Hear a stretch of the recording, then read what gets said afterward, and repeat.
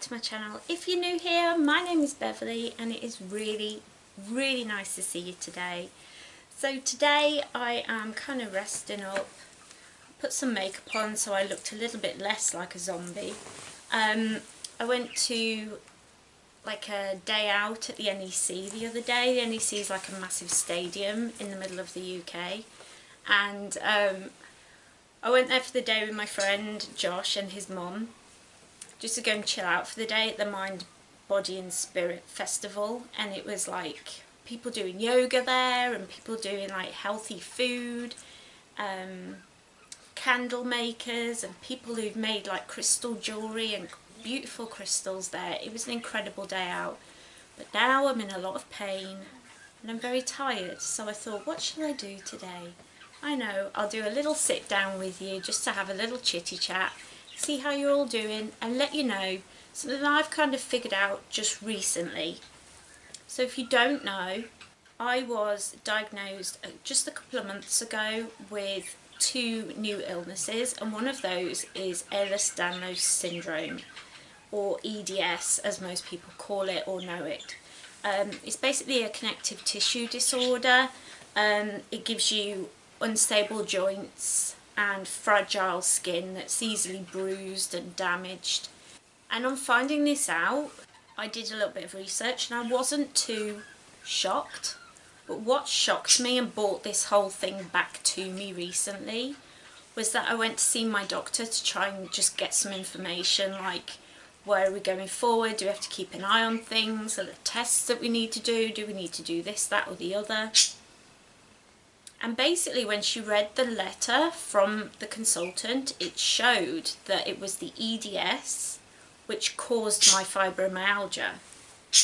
And that was a big shock to me. I was like, what? Because I've been diagnosed with fibromyalgia now for a long time.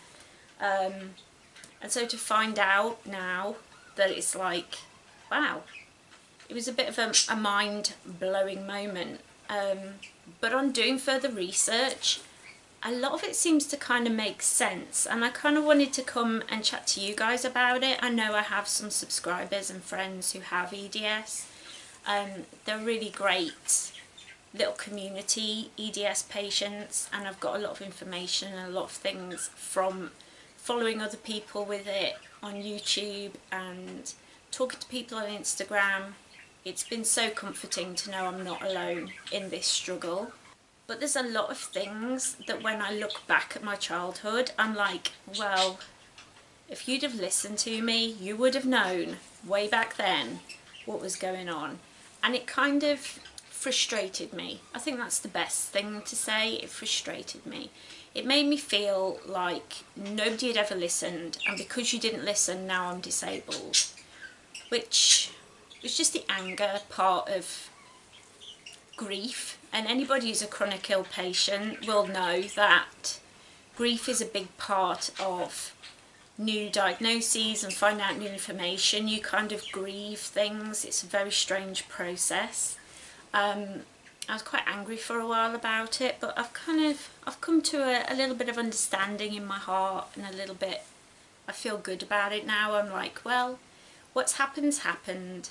But let's look back on my childhood, and I'm going to tell you some of the symptoms that I found online and in some of the leaflets that I was given by my physiotherapist, and just to kind of show you and kind of try and let you know that if you have any of these symptoms, to go to your doctor, and maybe it could help somebody else on their path to finding out what's wrong. So I hope that it will help somebody. So the first thing I will say is joint hypermobility is a big part of this. And basically what that means is my joints are very easy to dislocate. I have very strange hands. Instead of having a hand that kind of sits like this, I've always done this. My thumbs have always come out. This thumb pops out of the joint a lot. My dad used to call me monkey toes because I could pick things up with my toes, and put my toes in all funny patterns and stuff. And this was when I was a child. I used to always like do funny things, like pop my joints to be funny and to get attention and stuff. And now I look back and I'm like, wow, that's a big red flag. Like, children shouldn't be able to just pop their joints out, although our bodies are not fully formed and our skeletons are not fully solidified in place. That doesn't mean that you should be able to just dislocate things on command. And it's actually, when I look back, I'm like, wow, you know, I wish people had listened to me and looked at me and gone, well, I couldn't do that when I was a child. Maybe this means something. Do you know what I mean? Another thing is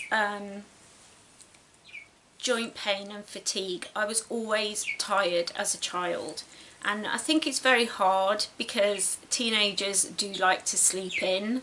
They have a lot of stress, a lot of homework, a lot of things to learn, and so it's difficult to tell, but I slept a lot.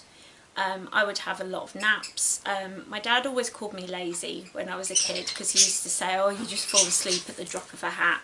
I was always tired and struggling to stay awake. My joints were very painful. My legs especially were very painful as a child. I had a lot of problems with my joints and with my legs when I was a child, and it's still continued on to now. But specifically the pain, I went to the doctors many times and was just told it was growing pains.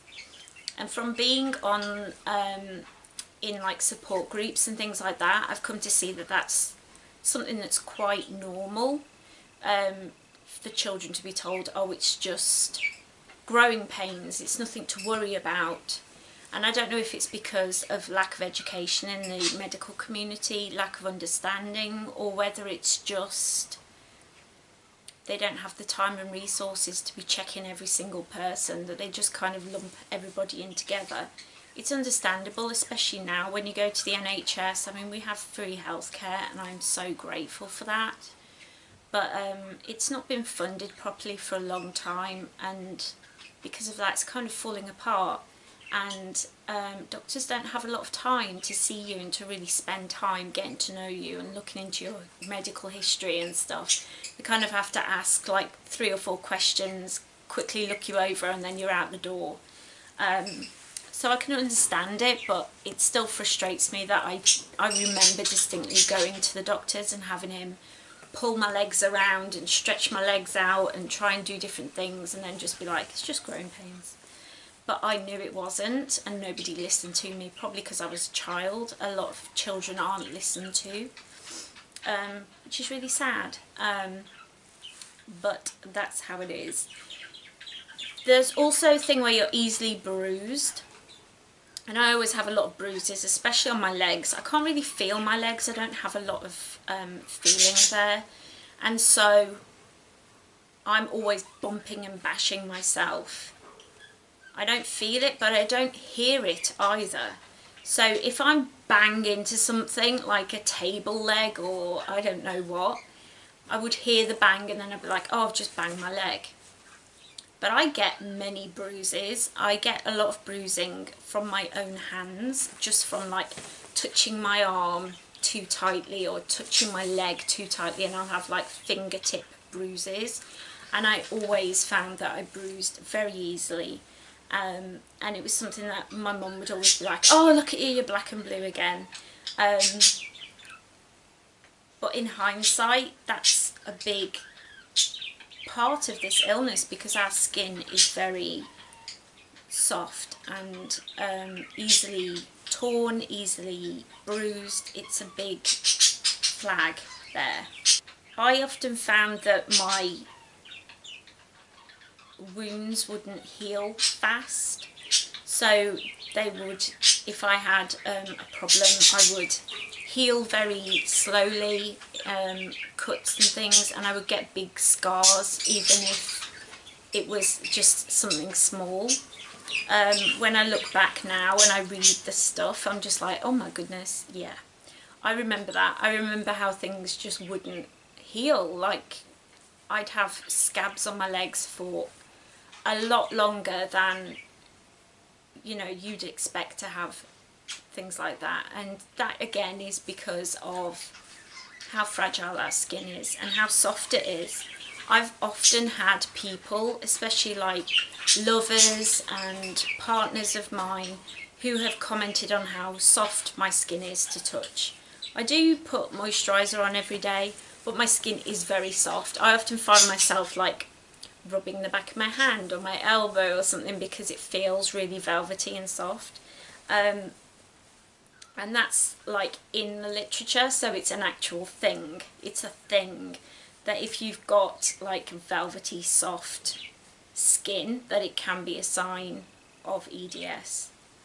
Gastrointestinal problems. Now this comes down to, now gastrointestines is your stomach and your digestive system, so your bowels and all of that kind of malarkey.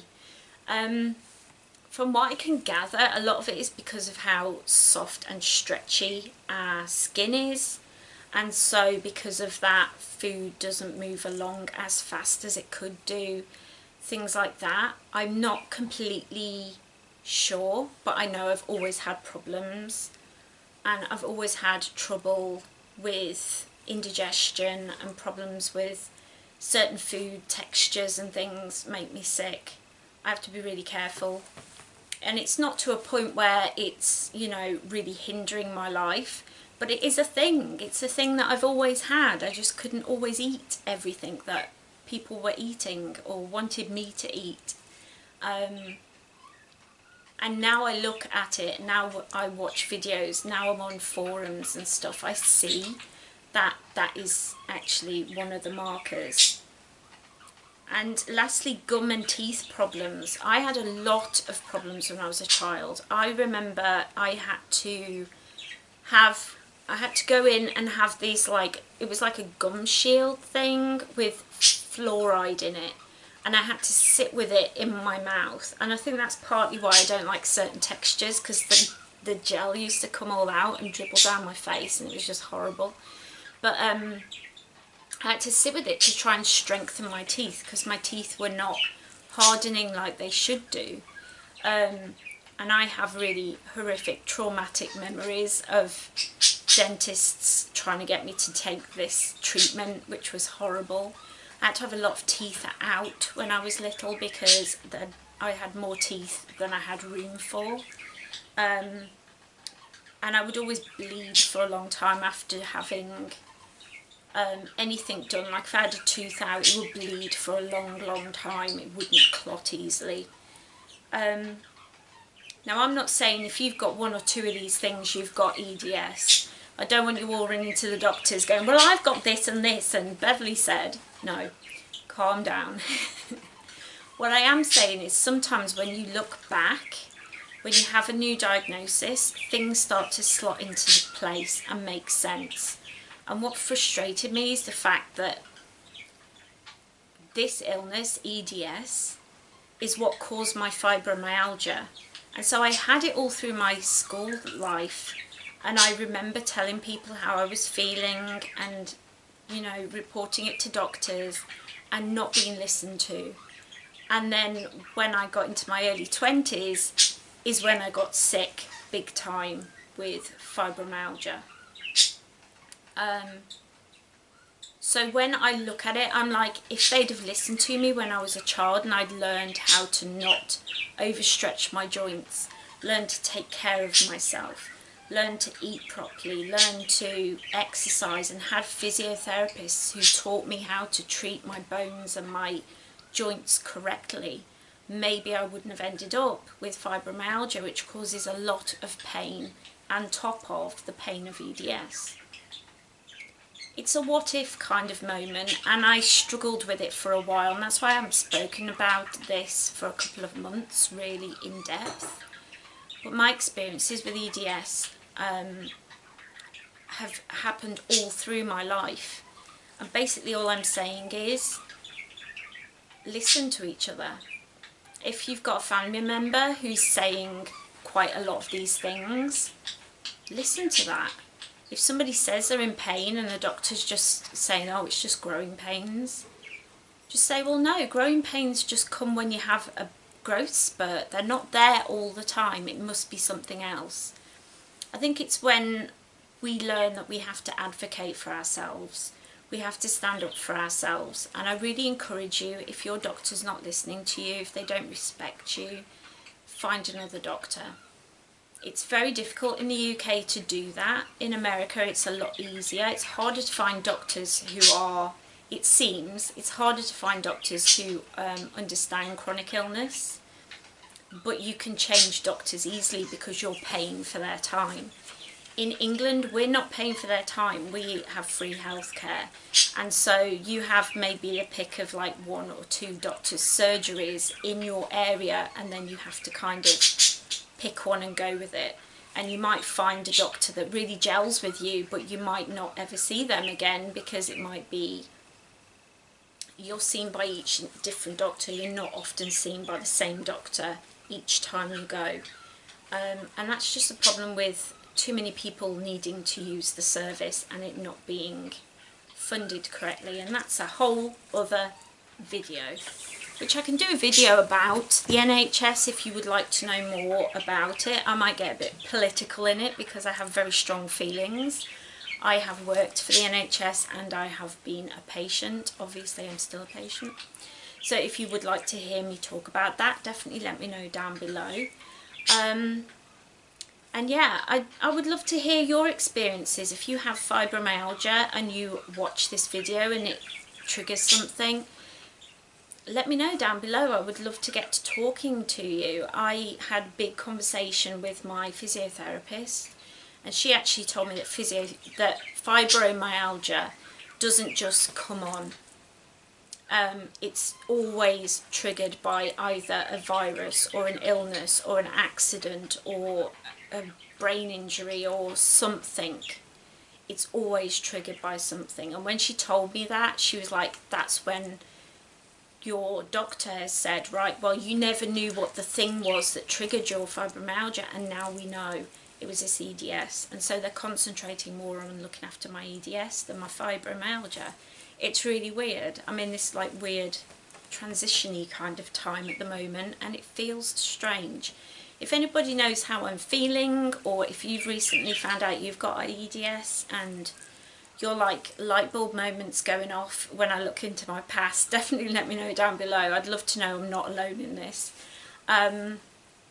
Yeah, get talking to me down below. I would love to know your experiences, and I hope this video will help someone to find answers for their illnesses, because a lot of the time it's hard to find answers. I really hope that you all have a great week ahead, and I will see you on Friday. Oh, and don't forget to subscribe down there. Ring that little bell so you always know when I upload, and I upload on Mondays and Fridays. I will see you on Friday. Bye.